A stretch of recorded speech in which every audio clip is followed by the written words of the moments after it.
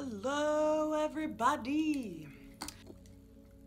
We're gonna talk about a costume that I created. I think it took in total about 4 days for Raven's Night in Washington, D.C. in the United States. It was a very artsy themed piece. I'm gonna walk you through my creation process and how I actually constructed this entire outfit. I'm gonna show you worksheets, materials, try on, little things that I would probably change. Hopefully this would help you learn more on how to create your own costumes or headpieces or accessories or hair or whatever. I like to do a full top to bottom look, so if you have any questions, please leave your comments down below and I will get back to you with whatever I can. Drinking some tension tamer, so if you would like to join me in some tea, this is probably gonna be a long video. I tried to make it look all right, so we're gonna have most of our pictures over here and I'm gonna show you. So I'm probably gonna start from the top and go all the way down. And from the beginning to the end, so hopefully it'll be organized into sections that make sense. This is the costume for the Raven's Night reflection piece. It is an all red costume. I wanted no other colors on the costume. I didn't want any different colored threads. I didn't want any different color accents. I didn't want any different color fabrics. I wanted it to be everything to be red, no matter what. Red and white was my color palette, and that was way harder than I was expecting it to be. Thinking about your costumes, there's always at least some sort of metallic element or like a black or a white element, and so making a monotone, like strictly singular color costume was not easy. I really had to dig to get this effect, and I think it really turned out well. So, all right, so I'm gonna put down my tea and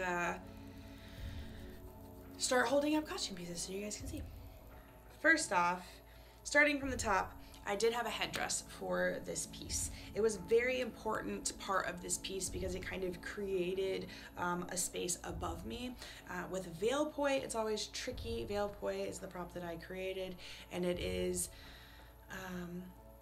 it's a beautiful prop that has very many emotions. It's very expressive, but when wearing a headdress, it can get really complicated. Now, I've had this headdress for a really long time, and basically I haven't worn it in forever because it had a lot of colors in it, and I really like a monotone palette. And so instead of making an entire new headdress, I actually modified this. But I made this entire headdress. You may have seen it where this top part was silver instead of being red, and maybe and this part down here was gold instead of being red. So what I did, so this is just a regular metal headband, where I wrapped wire around the base of it and made it into the shapes that I wanted.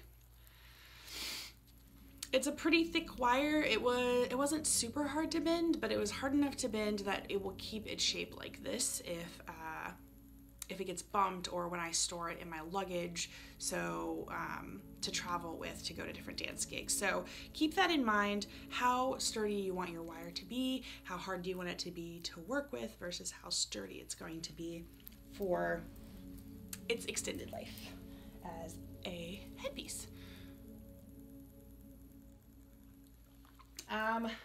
The string of rhinestones, these were like super cheap rhinestones. They used to be white on a gold band. They were literally just hot glued onto this wire.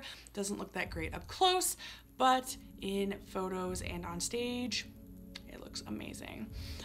So those were just hot glued onto this wire into this shape. And then this was a bigger set of cheap rhinestones that came from a belt, actually. So these are all salvaged pieces of jewelry from the thrift store that were cut and turned into something more fantastic. I like to recycle and reuse instead of buying new if I can. Plus it's just cheaper. So this is how I like to create my unique pieces. This red bubbly stuff with all the glitter on it was a Christmas decoration trim. I guess it was like a ribbon that was supposed to go around a tree. I always thought it looked very much like veins, like glittery sinew or something, very organic. So I put this on top, and it's literally like kind of wire, and it's just bent onto this headband. I can take it off really easily. So on the inside, I've got dental floss sewing this belt buckle to the inside of the headband. I attached stretchy pieces so that I could actually tie it onto the back of my head, so that it was super secure and it wasn't going to slide around on my head. This part goes behind my ear, and this part goes over my ear.